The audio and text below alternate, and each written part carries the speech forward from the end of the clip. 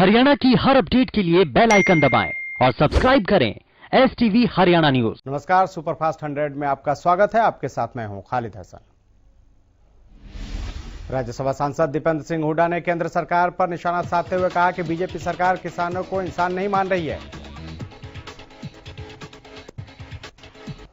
दीपेंद्र सिंह हुड्डा ने कहा कि किसान 4 महीने से सड़कों पर हैं और सरकार उन्हें कभी आतंकवादी और कभी नशेड़ी कहने में जुटी है। सरकार का अड़ियल रवैया जो है वो जारी है। दीपेंद्र हुड्डा ने कहा कि किसान आंदोलन में शहादत देने वाले किसानों के परिजनों के प्रति सरकार को संवेदना प्रकट करनी चाहिए, जबकि सरकार बातचीत करने को भी तैयार नहीं है। कृषि कानूनों के खिलाफ किसानों का आंदोलन 119वें दिन भी जारी है। लगातार 119 दिनों से किसान दिल्ली की सीमाओं पर डटे हुए हैं और कृषि कानूनों को रद्द करने की मांग कर रहे हैं। महम चौबीसी के चबूतरे पर आज किसान महापंचायत का आयोजन किया जा रहा है। इस महापंचायत में राकेश टिकैत भी शिरकत करेंगे। किसानों के साथ सभी वर्गों के लोग इस महापंचायत में शामिल होंगे। प्रदेश में कृषि कानूनों के खिलाफ बीजेपी नेताओं का विरोध जारी है। फतेहाबाद के अशोकनगर इलाके में किसानों ने बीजेपी विधायक दूडाराम का विरोध किया। विधायक की गाड़ी के पहुंचते ही किसान उनकी गाड़ी के पीछे भागने लगे, जिसके बाद विधायक मौके से फौरन निकल गए।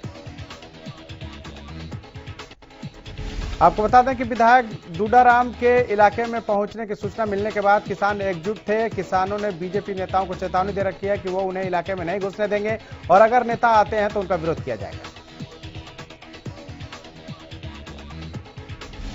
तेज हवाओं के साथ हुई बारिश और ओलावृष्टि ने महेंद्रगढ़ के कई गांव में भारी नुकसान पहुंचाया है। इन गांवों में सरसों, गेहूं और सब्जी की फसल पूरी तरह से नष्ट हो गई है, जिसके बाद किसानों के सामने रोजी रोटी का संकट पैदा हो गया है। बारिश के कारण सरसों की फसल में काफी नुकसान हुआ है। किसानों का कहना है कि कटाई का समय चल रहा था और करीब 90% से ज्यादा सरसों कटाई के बाद खेतों में लगी हुई थी और बारिश के बाद पकी हुई फसल को पूरी तरह से खराब हो गई है, जिसके बाद महेंद्रगढ़ जिले के किसानों ने सरकार से मुआवजे की मांग की। सोनीपत में रोहतक रोड पर मौजूद रेलवे ओवरब्रिज पर बड़ी लापरवाही नजर आई है। दरअसल ओवरब्रिज 5 फीट नीचे धंस गया है, लेकिन इस ओर किसी का ध्यान नहीं।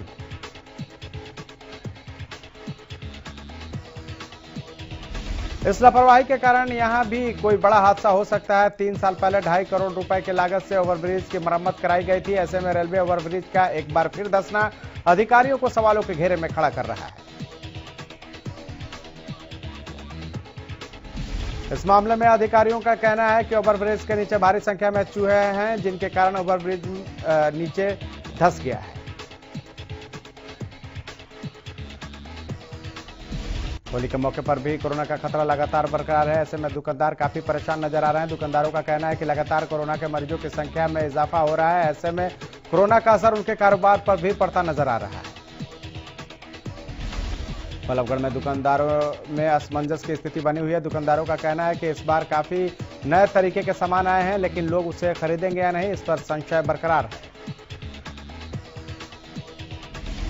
होली के त्योहार को देखते हुए बाजार से रौनक गायब है। बाजारों में कोरोना का असर दिखाई दे रहा है। वहीं कैथल के बाजारों में होली का सामान ज्यादा देखने को नहीं मिल रहा है।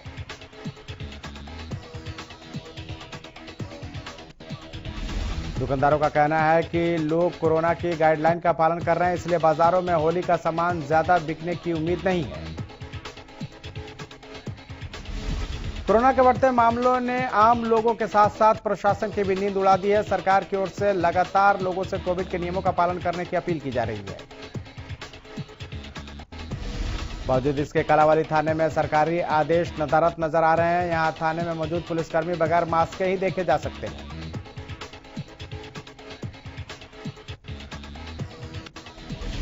नियमों की अनदेखी से दूर ये पुलिसकर्मी अपने काम को तो अंजाम दे रहे हैं, लेकिन ऐसा लगता है कि इन्हें ना तो सरकार के आदेशों की चिंता है और ना ही कोविड-19 के संक्रमण का डर।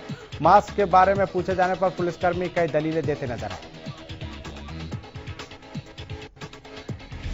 अंबाला में कोरोना केस बढ़ने के चलते प्रशासन अलर्ट मोड पर है। सरकार के आदेशानुसार प्रशासन बिना मास्क के बाहर निकलने वाले लोगों पर सख्ती के साथ निपट रहा है। पुलिस प्रशासन और निगम के अधिकारी अभियान चलाकर लोगों को जागरूक कर रहे हैं और चालान भी काटे जा रहे हैं। इसी कड़ी में सदर बाजार में बिना मास्क घूम रहे लोगों का पुलिस ने चालान काटा। मास्क पहनने के लिए जागरूक भी किया गया। पुलिस अधिकारी रामकुमार ने बताया कि सरकार के सख्त आदेश से कोई भी बिना मास्क बाहर न निकले, इसी के चलते चालान भी काटे जा रहे हैं और लोगों को जागरूक भी किया जा रहा है। प्रदेश में एक बार फिर कोरोना बेकाबू हो रहा है। बीते 24 घंटे में 895 नए मरीजों की पुष्टि की गई है। वहीं गुरुग्राम में 188 और करनाल में 129 नए केस सामने आए हैं। इसी के साथ अंबाला में 118 नए मामले सामने आए हैं। वहीं यमुनानगर में 88 नए केस सामने आए हैं। कोरोना के मामले पंचकुला में 89 नए मामले सामने आए हैं। वहीं कुरुक्षेत्र में 78 नए मामले सामने आए हैं। प्रदेश में अब तक 3104 मरीजों की मौत हो चुकी है। इसी के साथ हरियाणा में कुल 2,81,588 केस सामने आए।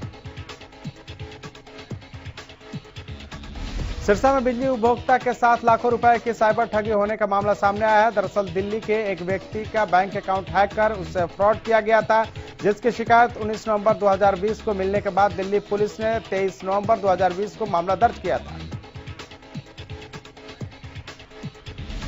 जांच के लिए दिल्ली पुलिस सिरसा के शहर पुलिस थाने में पहुंची और इस मामले में से जुड़े जिन लोगों को बिजली बिल हैक अकाउंट से बिल भरे गए थे, उन लोगों से पूछताछ की गई। पुलिस की जांच के दौरान सिरसा के 7 और फतेहाबाद का एक व्यक्ति सामने आया है। फिलहाल पुलिस की ओर से सभी को नोटिस देकर तलब किया गया है। निकिता हत्याकांड केस में वकीलों की बहस पूरी हो चुकी है। हत्याकांड के आरोपियों पर कोर्ट आज अपना फैसला सुनाएगा। मामले की जज सरताज बसवान की फास्ट ट्रैक कोर्ट में सुनवाई चल रही है। पंचायत चुनाव की तैयारियों को लेकर प्रशासन पूरी तरह से मुस्तैद दिखाई दे रहा है। पंचायत चुनाव को लेकर जम्मू कश्मीर से 1244 बैलेट बॉक्स मंगाए गए हैं, जिन्हें बल्लभगढ़ के पंचायत अधिकारी प्रदीप कुमार की निगरानी में रखवाया गया है। प्रदीप कुमार ने बताया कि 663 पेटियां बल्लभगढ़ ब्लॉक के लिए और 581 पेटियां तिगांव ब्लॉक के लिए मंगवाई गई है। पंचायत अधिकारी की माने तो चुनाव की तैयारियों को लेकर प्रशासन पूरी तरह से मुस्तैद है।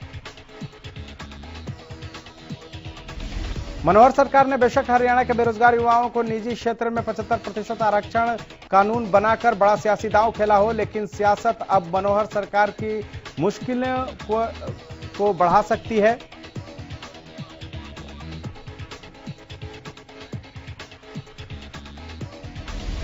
नेस्कॉम ने मनोहर सरकार को आरक्षण मुद्दे पर चेताते हुए अपील की है कि अगर जल्द 75% आरक्षण को लेकर कोई फैसला नहीं हुआ तो 400 से 500 कंपनियां, जिसमें आईटी, बीपीओ, ऑटोमोबाइल सेक्टर या गवर्नमेंट उद्योग शामिल हैं, गुरुग्राम या अन्य जिलों से पलायन कर नोएडा, राजस्थान या अन्य राज्यों का रुख कर सकती है।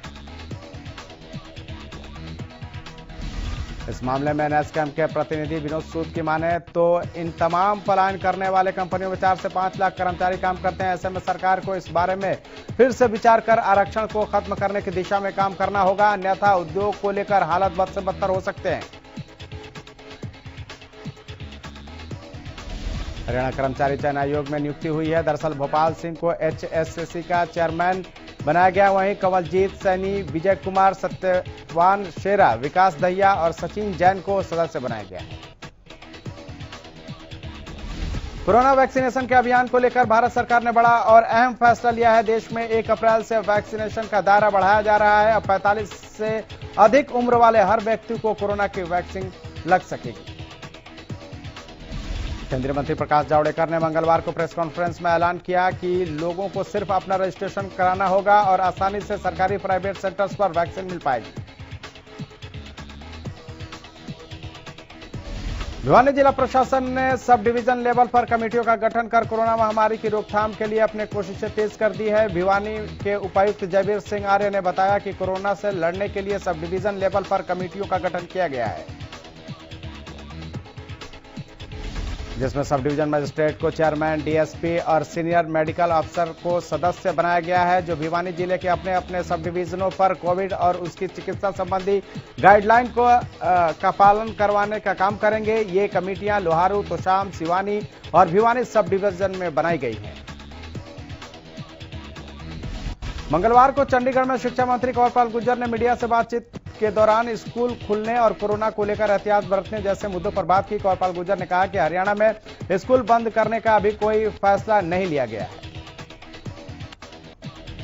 अभी कोरोना को लेकर स्थिति ठीक चल रही है, अगर आगे स्थिति बदलती है तो फैसला बदला जा सकता है। फिलहाल सरकार को कोई ऐसा इरादा नहीं है। वहीं नए सत्र को लेकर शिक्षा मंत्री ने कहा कि उसकी पूरी तैयारी कर ली गई है। पहली से दूसरी क्लास के एग्जाम के बारे में जानकारी देते हुए शिक्षा मंत्री ने बताया कि ये एग्जाम मौखिक होंगे। वहीं कई जगह किसानों द्वारा किए जा रहे कोरोना वैक्सीन के विरोध को लेकर उन्होंने कहा कि न कोरोना वैक्सीन में कोई कमी है, न ही किसान कानून में। इन दोनों का विरोध बेवजह हो रहा है। भिवानी जिला प्रशासन ने सब डिवीजन लेवल पर कमेटियों का गठन कर कोरोना महामारी की रोकथाम के लिए अपनी कोशिशें तेज कर दी है। भिवानी के उपायुक्त जयवीर सिंह आर्य ने बताया कि कोरोना से लड़ने के लिए सब डिवीजन लेवल पर कमेटियों का गठन किया गया है, जिसमें सब डिवीजन मजिस्ट्रेट को चेयरमैन, डीएसपी और सीनियर मेडिकल ऑफिसर को सदस्य बनाया गया है, जो भिवानी जिले के अपने अपने सब डिवीजनों पर कोविड और उसकी चिकित्सा संबंधी गाइडलाइन को पालन कराने का काम करेंगे। बहादुरगढ़ में देश भर के जाने माने शिल्पकारों का मेला लगा हुआ है। शिल्प गुरु और नेशनल अवार्ड धारक शिल्पकार मेले में अपनी कलाकृतियां और कला से लोगों को खूब मोहित कर रहे हैं। इन्हीं शिल्पकारों में बहादुरगढ़ के सिद्धहस्त शिल्पियों का बौंदवाल परिवार भी शामिल है। बौंदवाल परिवार के बेटे नेशनल अवार्डी चंद्रकांत बौंदवाल भी अपनी वुड कार्विंग की कलाकृतियां लेकर मेले में शामिल हुए। शिल्प मेले में लकड़ी की तलवार को एकता का प्रतीक बनाते हुए हाथियों की कतार भी लोगों को खूब मोहित कर रही है। आपको बता दें कि बौंदवाल परिवार को वुड कार्विंग की कला में अब तक 5 नेशनल अवार्ड मिल चुके हैं।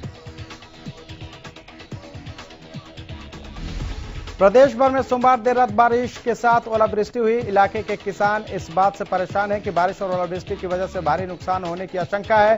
खेतों में बहुत सी फसलें पककर तैयार हैं और फसलों की कटाई भी शुरू हो गई है। ऐसे में हुई बारिश के साथ ओलावृष्टि से पकी हुई फसल बर्बाद होने के पूरे आसार हैं। किसान अपने खेतों में हुए नुकसान का आकलन कर रहे हैं और जल्द ही प्रशासन को इसकी सूचना देने की तैयारी में है। यमुनानगर में किसानों के खेतों में इस्तेमाल होने वाली यूरिया खाद की कालाबाजारी का मामला सामने आया, जिसको लेकर सीएम फ्लाइंग की टीम ने एक गाड़ी को कब्जे में ले लिया है। बताया जा रहा है कि जिस गाड़ी को सीएम फ्लाइंग ने कब्जे में लिया है उसकी नंबर प्लेट को भी बदला हुआ था, ताकि गाड़ी मालिक और खाद मालिक को इसके बारे में उसकी पहचान न हो सके। वहीं गाड़ी चालक ने बताया कि वो इस खाद को प्लाईवुड फैक्ट्री में छोड़ने के लिए जा रहा है। फिलहाल इस मामले में कृषि विभाग ने यूरिया खाद का सैंपल लेने के बाद कार्रवाई शुरू कर दी है। गुरुग्राम नगर निगम की बैठक में मंगलवार के दिन मीट की दुकानों को बंद करने के फैसले के मद्देनजर प्रशासन ने कई इलाकों में मीट की दुकानों को बंद करवाया। हालांकि मस्जिद इलाके में प्रशासन को मीट दुकानदारों के विरोध का सामना करना पड़ा। विरोध के बावजूद प्रशासन के सख्त रवैये के बाद दुकानदारों को दुकानें बंद करनी पड़ी, लेकिन नगर निगम की कार्रवाई को लेकर मीट शॉप संचालकों में नाराजगी देखी गई। मस्जिद मीट शॉप एसोसिएशन के प्रधान ताहिर खान का कहना है कि कोई मंगलवार को मीट खाए या शुक्रवार को, ये नागरिक का निजी मामला है। उन्होंने कहा कि हमारा संविधान हमें किसी भी दिन कुछ भी खाने पीने की छूट देता है, ऐसे में ऐसे प्रस्ताव पास करना संविधान के खिलाफ है। वहीं मीट एसोसिएशन के प्रधान ताहिर खान की माने तो जल्द इस मामले को लेकर वो नगर निगम के कमिश्नर और डीसी गुरुग्राम से मिल सकते हैं। करीना सब डिवीजन लेवल पर बनने वाले कोर्ट भवन का मंगलवार को हाईकोर्ट के जस्टिस हरिपाल वर्मा ने शिलान्यास किया, जिसके बाद कोर्ट के लिए बनने वाले भवन का मंत्र उच्चारण और पूजन के साथ शिलान्यास किया गया। इस मौके पर जस्टिस हरिपाल वर्मा ने कहा कि यहां के लोगों को न्यायिक भवन का काफी सालों से इंतजार था, जो खत्म हो गया है। न्यायिक भवन बनाने के लिए कई साइटों का अवलोकन करने के बाद इस जगह को चुना गया है। दरअसल यह न्यायिक भवन और मिनी सचिवालय करीब 25 करोड़ रुपए के लागत से 18 महीनों में बनकर तैयार हो जाएगा।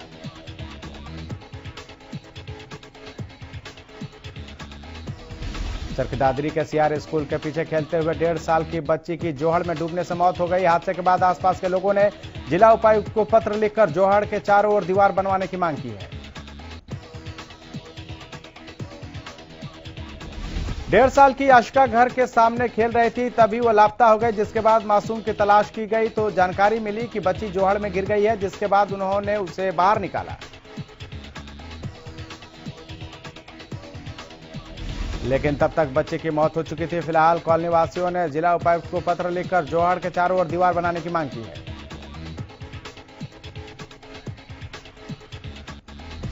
सिरसा नारकोटिक्स कंट्रोल ब्यूरो ने 5 लोगों को काबू किया, जिनके पास से पुलिस को 5 किलोग्राम अफीम बरामद हुई है। पकड़ी गई अफीम की कीमत बाजार में 10 लाख रुपए बताई जा रही है। डीएसपी संजय कुमार ने बताया कि नारकोटिक्स कंट्रोल ब्यूरो को सूचना मिली थी कि कुछ लोग झारखंड से अफीम लेकर सिरसा पहुंचे, जिस पर कार्रवाई करते हुए टीम ने 5 लोगों को पकड़ा और हर एक व्यक्ति के कब्जे से 1-1 किलोग्राम अफीम की बरामदगी हुई। अंबाला में गुरु और शिष्या के रिश्ते को कलंकित कर देने वाला मामला सामने आया है। दरअसल एक 14 साल की नाबालिग के साथ ट्यूशन टीचर ने ही दुष्कर्म की वारदात को अंजाम दिया, जिसकी शिकायत नाबालिग ने परिजनों से की तो परिजनों ने पुलिस को मामले की शिकायत दी। परिजनों का आरोप है कि पिछले 2-3 महीने से उनकी बेटी को ट्यूशन पढ़ाने वाला युवक उसके साथ दुष्कर्म कर रहा था और उनकी बच्ची को डरा धमका रहा था। पूरे मामले को लेकर डीएसपी मदन लाल ने बताया कि नाबालिग के परिजनों की शिकायत पर पॉक्सो एक्ट के तहत मुकदमा दर्ज कर युवक को गिरफ्तार कर कोर्ट में पेश किया गया। गोहाना पुलिस को बड़ी कामयाबी मिली है। पुलिस ने ज्वेलर्स की दुकान पर हुई लूटपाट की मास्टरमाइंड समेत 5 लोगों को गिरफ्तार किया है। पुलिस ने सभी आरोपियों को रिमांड पर लेकर उनसे उनके सभी कारनामे उगलवाए। पुलिस ने बदमाशों से 6 किलोग्राम के जेवरात भी बरामद किए हैं। आपको बता दें कि गोहाना में बढ़ते अपराध को लेकर अब प्रशासन अलर्ट हो चुका है। गोहाना पुलिस लगातार ऐसे गिरोह की गिरफ्तारी में जुटी है। हांसी पुलिस ने एक ऐसे शख्स को गिरफ्तार किया है जो बीमार लोगों के बीमे कराकर झूठे क्लेम लेने का काम करता था। हांसी पुलिस की इकोनॉमिक सेल की टीम ने आरोपी को गिरफ्तार किया है। इस बात का खुलासा एसपी नीतिका सिंह ने अपने कार्यालय में प्रेस कॉन्फ्रेंस के दौरान की। उन्होंने बताया कि आरोपी सुनील पर हांसी समेत अन्य शहरों में 7 मामले दर्ज हैं। एसटीएफ रोहतक को भी उसकी तलाश थी। फिलहाल आरोपी को पूछताछ के लिए 6 दिन की पुलिस रिमांड पर लिया गया है। फतेहाबाद के सरकारी स्कूल में घुसकर दिन दहाड़े की गई टीचर की हत्या के मामले में 3 आरोपियों को गिरफ्तार किया गया है। पुलिस ने मामले के मुख्य आरोपी विकास गोरखपुरिया सहित 2 अन्य आरोपियों को भी काबू किया है। बताया जा रहा है कि शराब के धंधे में वर्चस्व और दहशत स्थापित करने के लिए टीचर की हत्या की गई थी। टीचर का परिवार भी शराब ठेकों के धंधे में संलिप्त बताया जा रहा है। चरखी दादरी के गांव छापर में एक किसान का शव मिला है। मृतक किसान का शव खेतों में बने कमरे में बरामद किया गया। मौके पर पहुंची पुलिस ने शव को पोस्टमार्टम के लिए सामान्य अस्पताल भिजवाया है। पुलिस का कहना है कि मृतक के सिर पर चोट लगने से मौत हुई है। पुलिस यह भी आशंका जता रही है कि मृतक किसान की हत्या की गई है। अखाड़े में पहलवान की गोली मारकर हत्या करने के मामले में पुलिस ने 2 आरोपियों को गिरफ्तार किया है। मंगलवार को जिला पुलिस कार्यालय में आयोजित एक प्रेस कॉन्फ्रेंस के दौरान मामले की जानकारी देते हुए उप पुलिस अधीक्षक नरेश कुमार ने बताया कि 19 मार्च को पुंगा अखाड़ा गांव बहु में एक पहलवान को गोली मारकर हत्या की गई थी।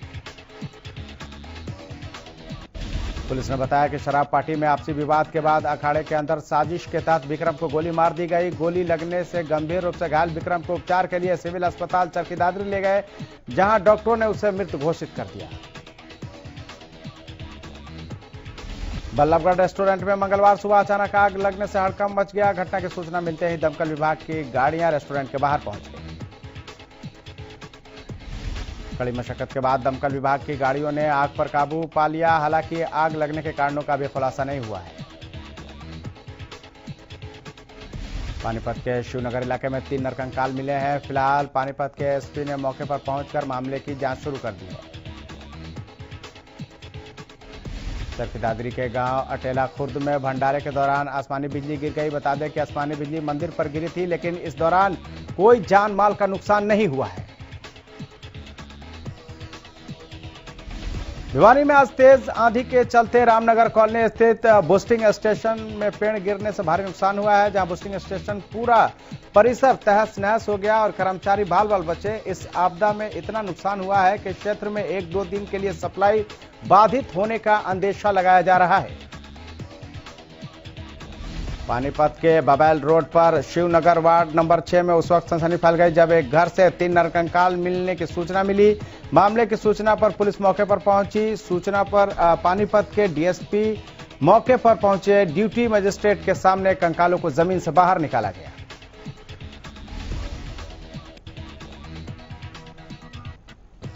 कंकाल किसके हैं, कब से दबे थे, डीएनए रिपोर्ट आने के बाद ही पता चल पाएगा। डीएसपी सतीश वत्स ने बताया कि महिला ने 100 नंबर पर फोन कर मामले की सूचना दी थी। मामले में पुलिस ने किला थाना क्षेत्र के अंतर्गत मामला दर्ज कर लिया है। करनाल के गांव रावर में एक 37 वर्षीय युवक की रात 12 बजे हत्या कर शव को पार्क में फेंका गया है। मामले में पुलिस ने 4 लोगों पर हत्या का केस दर्ज कर जांच शुरू कर दी है।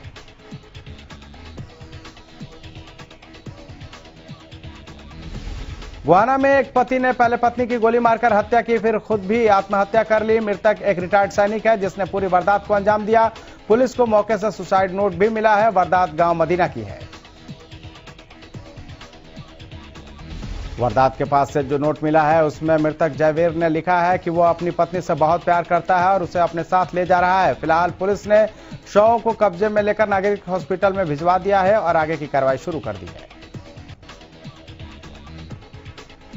यमुनानगर में 6 साल की मासूम की स्कूल की बस के नीचे आने से मौत हो गई। मृतक परिजनों ने स्कूल बस पर लापरवाही का आरोप लगाया है। जानकारी के मुताबिक दहिया सीनियर सेकेंडरी स्कूल की एक बच्ची जो बस के नीचे आ गई थी, उसे गंभीर हालत में अस्पताल में भर्ती करवाया गया था, लेकिन उसी दौरान बच्ची की मौत हो गई।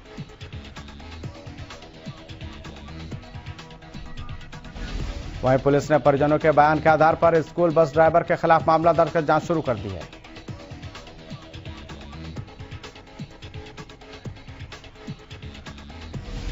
पलवल के रहने वाले धीरज ने जिले के साथ साथ पूरे प्रदेश का नाम रोशन किया है। जम्मू में आयोजित 5 दिवसीय पावर लिफ्टिंग प्रतियोगिता में 2 गोल्ड और 1 ब्रॉन्ज मेडल जीतकर धीरज ने जम्मू में जीत का परचम लहराया। नेपाल में होने वाली एशियन चैंपियनशिप के लिए भी धीरज का सिलेक्शन हो चुका है। मंगलवार रात टीम इंडिया ने इंग्लैंड को 66 रन से हराते हुए श्रृंखला में 1-0 की बढ़त बना ली। दूसरा मैच 26 मार्च यानी शुक्रवार को होगा। वनडे क्रिकेट में डेब्यू करने वाले 2 खिलाड़ियों ने भारत को पहला मैच जिता दिया। 98 रन बनाने वाले Shikhar Dhawan man of the match चुने गए हों, लेकिन पूरी दुनिया इस वक्त सिर्फ कुणाल पांड्या और प्रसिद्ध कृष्णा की चर्चा हो रही है। डॉक्टर करनी सिंह शूटिंग रेंज में भारत की तरफ से अंगदवीर सिंह बाजवा और गनीमत शेखों की जोड़ी ने स्किट स्पर्धा में अचूक निशाना लगाया और पहला स्थान हासिल किया। मंगलवार को फाइनल में भारतीय जोड़ी अंगदवीर सिंह बाजवा और गनीमत ने कजाकिस्तान के खिलाड़ी को 33-29 से हराया। इस मेडल के साथ ही भारत के खाते में अब कुल 7 स्वर्ण पदक हो गए हैं। युवा पैरा निशानेबाज मनीष नरवाल ने P4 में से 50 मीटर पिस्टल SH1 स्पर्धा में विश्व रिकॉर्ड तोड़ते हुए स्वर्ण पदक जीत लिया। ये 2021 पैरा निशानेबाजी विश्व कप में भारत का दूसरा स्वर्ण पदक है। कोरोना महामारी से बचाव के लिए बॉलीवुड के कई सेलेब्स कोविड-19 वैक्सीन लगवा चुके हैं। अब अभिनेता संजय दत्त की कोविड-19 की वैक्सीन लगवाते हुए तस्वीर सामने आई है। संजय दत्त ने वैक्सीन की पहली डोज लगवा ली है। बॉलीवुड अभिनेत्री कंगना रनौत को बेस्ट एक्ट्रेस का अवार्ड मिला। वहीं कांग्रेस नेता अभिषेक सिंघवी ने ट्वीट कर कंगना पर तंज कसते हुए लिखा, इस बार राष्ट्रीय फिल्म पुरस्कारों की घोषणा हुई है या राष्ट्रवादी पुरस्कारों की। अमिता राव के पति आरजे अनमोल ने अपने सोशल मीडिया हैंडल से तस्वीर साझा की है जो तेजी से वायरल हो रही है। इस तस्वीर में अभिनेत्री अपने बेटे के साथ नजर आ रही हैं। अभिनेता अभिषेक बच्चन विवादों में घिरे हुए कम ही उनको देखा गया है, लेकिन हाल ही में एक यूजर ने कुछ ऐसा कर दिया कि अभिषेक को पसंद नहीं आया और उन्होंने उस यूजर को करारा जवाब दे डाला। बॉलीवुड एक्टर पुलकित सम्राट के भाई उल्लास सम्राट अर्पित जोरत संग शादी के बंधन में बंध गए हैं। पुलकित ने शादी की तस्वीर पोस्ट करते हुए अपने भाई को बधाई दी है।